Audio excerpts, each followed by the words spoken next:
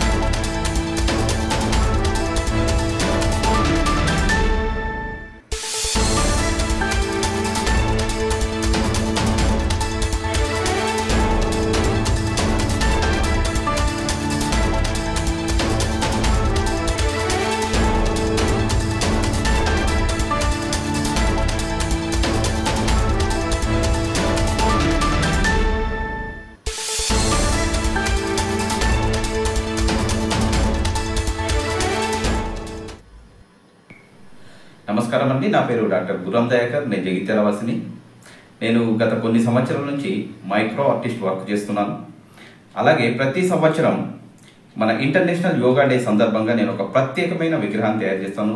Last time నేను సూది మొనపై ఒక మహిళ నిల్చొని యోగా చేస్తున్నట్టు తయారు చేశాను బంగారంతో. మరి ఈసారి గుండు పిన్నుపై ఒక మహిళ, ఆమె ఒక కాలు పైకి లాబట్టి అలాగే ఇంకో చేత్తో నా కాళ్ళను పట్టుకున్నట్టు, యోగాలో ఇది ఒక కఠినమైన ఆసనం, దాన్ని చేస్తున్నట్టు ఇక్కడ గుండు పిన్నుపై తయారు చేశాను.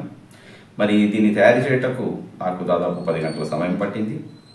మరి దీన్ని నేను పెన్సిల్, నైలాన్ కలర్స్ అలాగే ఇతర పదార్థాలు వాడి దీన్ని తయారు చేశాను.